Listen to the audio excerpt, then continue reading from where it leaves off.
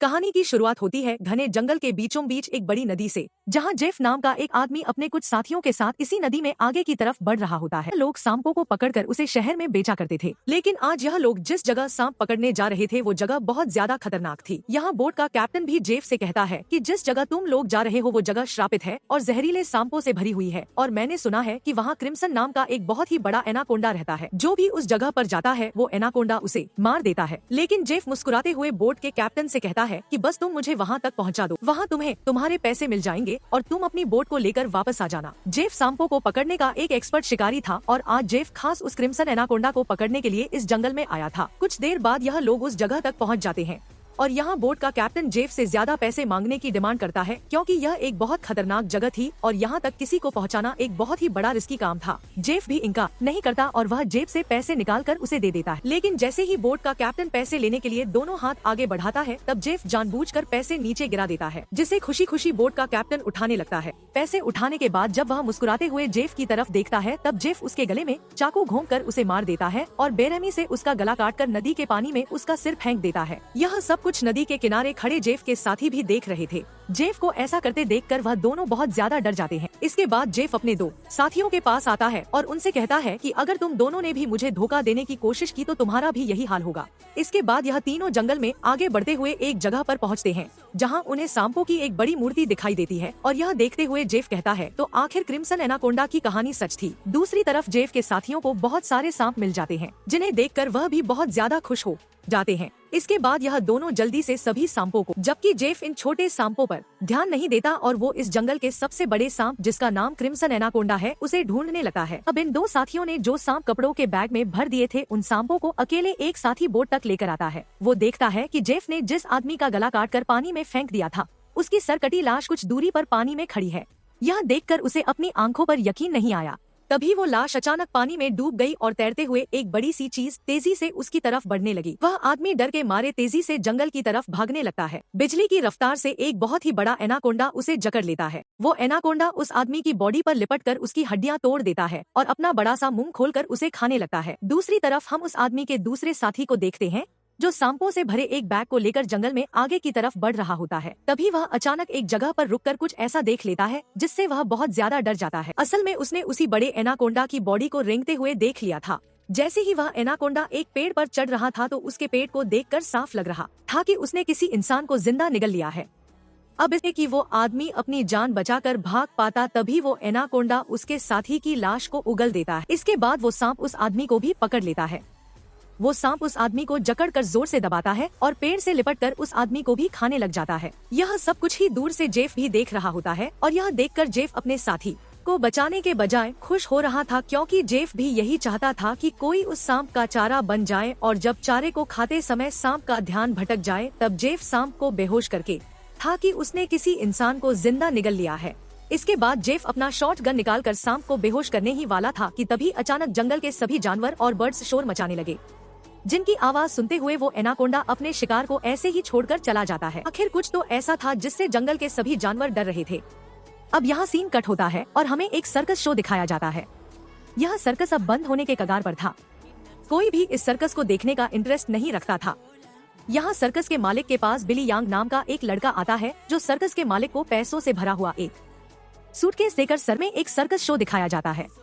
यह सर्कस अब बंद होने के कगार पर था। कोई भी इस सर्कस को देखने का इंटरेस्ट नहीं रखता था। यहाँ सर्कस के मालिक के पास बिली यांग नाम का एक लड़का आता है जो सर्कस के मालिक को पैसों से भरा हुआ एक सूटकेस देकर सर्कस में काम करने वाले सभी लोगों को खरीद लेता है, क्योंकि उसने थाईलैंड जाकर एक नया सर्कस खोलने का प्लान बनाया हुआ था। सर्कस के लोग बिल यांग के पास इतने सारे पैसे देखकर परेशान हो जाते हैं, क्योंकि आज से कुछ साल पहले बिल यांग बहुत गरीब हुआ करता था। वो भी इन लोगों के साथ मिलकर सर्कस में काम किया करता था, लेकिन पता नहीं कि बिल यांग अब कौन सा ऐसा काम करने लगा जिससे वह रातों रात इतना अमीर हो गए। अगली सुबह बिल यांग बोट के जरिए सभी लोगों को थाईलैंड ले जाने का प्लान बनाता है। को खरीद लिया था, इसलिए यह सभी उसकी बात मानकर बोट में बैठ जाते हैं और बोट का कैप्टन बोट को चलाने लगता है। रास्ते में बिल यांग बाथरूम में छिपकर किसी को कॉल करता है और कॉल पर वह सामने वाले से कहता है कि डिलीवरी तैयार है, जल्द ही मैं इन लोगों को लेकर तुम्हारे पास पहुंच जाऊंगा। बिल यांग की इन बातों से हमें पता चलता है कि वह बोट पर मौजूद लोगों के साथ कुछ गलत करने वाला है। कुछ दूर आगे जाने के बाद यह लोग देखते हैं कि आगे का रास्ता बंद है, जहां लकड़ी और कई सारे कंटेनर्स रखकर किसी ने रास्ता रोक दिया था। तब बोट का कैप्टन कहता है कि हम दूसरे रास्ते से जा सकते हैं। लेकिन उस रास्ते से जाते हुए हमें थाईलैंड पहुंचने में बहुत टाइम लगेगा। इसलिए बिल यांग को कैप्टन का आइडिया पसंद नहीं आता। वो कैप्टन को धमकी देता है कि जो भी हो हमें वक्त पर थाईलैंड पहुंचना है, क्योंकि वहाँ हमारा शो है जिसके पैसे मैं एडवांस ले चुका हूँ। अगर हमने शो नहीं किया तो हम बर्बाद हो जाएंगे। कैप्टन कहता है कि अगर तुम लोग लंबे रास्ते से नहीं जाना चाहते तो फिर हमारे पास यही एक रास्ता है। वह कहता है कि हम इन सारी चीजों को बॉम्ब से उड़ा देंगे और अपना रास्ता बनाकर यहाँ से निकल जाएंगे। बिली यंग को कैप्टन की बात ठीक लगती है और वह इसके लिए तैयार हो जाता है, लेकिन उन्हें पता नहीं था कि यह लोग कितनी बड़ी गलती करने जा रहे हैं। इसके बाद यह लोग कंटेनर्स के पास बॉम्ब रखते हैं और फिर उन्हें रिमोट से उड़ा देते हैं। ऐसा करने से उनका रास्ता तो साफ हो गया, लेकिन धमाके की वजह से ढेर सारे सांप उनके बोट पर गिर जाते हैं, क्योंकि उन सभी कंटेनर्स में सांप भरे थे। डर के मारे यह लोग यहाँ वहाँ भागने लगते हैं। अब पूरी बोट सांपों से भर चुकी थी और यह सांप बोट पर मौजूद लोगों को डसने लगते हैं। यहाँ लेनी नाम की एक लड़की समझदारी से काम लेते हुए पाइप के जरिए प्रेशर से पानी खोल देती है और अपने आसपास जितने भी सांप होते हैं सबको बोट से नीचे पानी में गिरा देती है। बिल यांग डर के मारे बोट के बाथरूम में छिप जाता है, लेकिन तभी अचानक बाथरूम की छत टूट जाती है और बहुत सारे सांप बिल यांग के ऊपर गिर जाते हैं। उनसे बचने के लिए वह नदी में कूद जाता है और तैरते हुए किनारे तक पहुँचता है, लेकिन वहाँ पर भी एक किंग कोबरा उसके सामने आ जाता है और बिली यांग की जान बचा लेता है। यह इंसान कोई और नहीं बल्कि जेफ था। अब जेफ ने बिली की जान बचाई थी, इसलिए बिली उसे अपने बोट पर ले आता है। जेफ यहाँ सभी से झूठ कहता है कि मैं एक वाइल्ड एक्सप्लोरर हूँ और एक एक्सीडेंट की वजह से यहाँ जंगल में फंस गया। तभी सर्कस के एक आदमी जिसका नाम जियाओ है, उसके कान में तेज दर्द होने लगता है। दर्द इतना ज्यादा था कि वह नीचे गिर जाता है। जब जेफ उसके कान में गौर से देखता है तो उसे पता चल जाता है कि जियाओ के कान में तकलीफ क्यों हो रही है। इसके बाद जेफ अपनी उंगली पर एक कट लगाकर उसे जियाओ के कान के पास ले जाता है और तभी जियाओ के कान से एक पतला जहरीला सांप निकलकर जेफ की उंगली को काट देता है। लेकिन सांप के काटने के बावजूद जेफ को कुछ नहीं होता और वह उस पतले सांप को पानी में फेंक देता है। यह देखकर लेनी बहुत हैरान हो जाती है और सोचने लगती है कि आखिर सांप के काटने के बाद भी जेफ पर जहर का असर क्यों नहीं हुआ। लेनी भी सांपों के बारे में जानकारी रखती थी। वह जानती थी कि एक सांप के जहर से इम्यून होने के लिए इंसान को बहुत सारा सांप का जहर अपने शरीर में डालना पड़ता है, तब जाकर उस इंसान पर सांप के जहर का असर नहीं होता। यह सारी चीज वह बिली यंग को भी बताती है और कहती है, मुझे जेफ ठीक नहीं लग रहा। तुमने भी देखा कि सांप ने उसे उंगली पर काटा, लेकिन जेफ को कुछ नहीं हुआ। लेकिन बिल यंग लेनी की बातों पर ध्यान नहीं देता और कहता है कि हमें जेफ का शुक्रिया अदा करना चाहिए, क्योंकि उसने मेरी और हमारे एक साथी की जान बचाई है। दूसरी तरफ जेफ इस बोट के कैप्टन से मिलता है। जेफ बोट के कैप्टन को ढेर सारे पैसे देकर एक नक्शा दिखाता है और बोट के कैप्टन से कहता है कि अगर तुमने मुझे नक्शे पर बताई गई जगह पर पहुंचाया तो मैं वहां पहुंचकर तुम्हें और भी ढेर सारे पैसे दूंगा। कैप्टन उस जगह का नाम सुनते ही बंदूक उठाकर जेफ पर तान देता है। वह कहता है कि अगर दोबारा तुमने वहां जाने की बात की तो मैं तुम्हें गोली मार दूंगा। दरअसल कैप्टन भी उस जगह के बारे में जानता था कि वहां एक बहुत ही खतरनाक क्रिम्जन नाम का एनाकोंडा रहता है। यह सुनकर जेफ वहां से चला जाता है। कैप्टन बोट में बैठकर मछलियां पकड़ने लगता है, लेकिन तभी हम देखते हैं कि कैप्टन जिस फिशिंग रोड से मछलियां फिशिंग रड कैप्टन के हाथ से छूटकर नीचे गिर जाती है। अब कैप्टन उस फिशिंग रोड को उठाने के लिए नीचे झुकता है, लेकिन तभी उसे कोई पानी में नीचे खींच लेता है। दरअसल कैप्टन को किसी और ने नहीं बल्कि जेफ ने पानी में नीचे खींचा था। कैप्टन को मारने के बाद जेफ कैप्टन की बॉडी को उस जंगल में मौजूद एनाकोंडा को बुलाने के लिए चारे के तौर पर इस्तेमाल करता है। कुछ देर बाद सभी कैप्टन को ढूंढने लगते हैं, लेकिन बोट का कैप्टन उन लोगों को कहीं पर भी नहीं मिलता। लेनी को जेफ पर शक होने लगता है कि कहीं जेफ ने उसे मार तो नहीं दिया। वह जेफ से पूछती है कि कैप्टन, लेकिन जेफ कहता है कि मुझे कैप्टन के बारे में कुछ भी नहीं पता।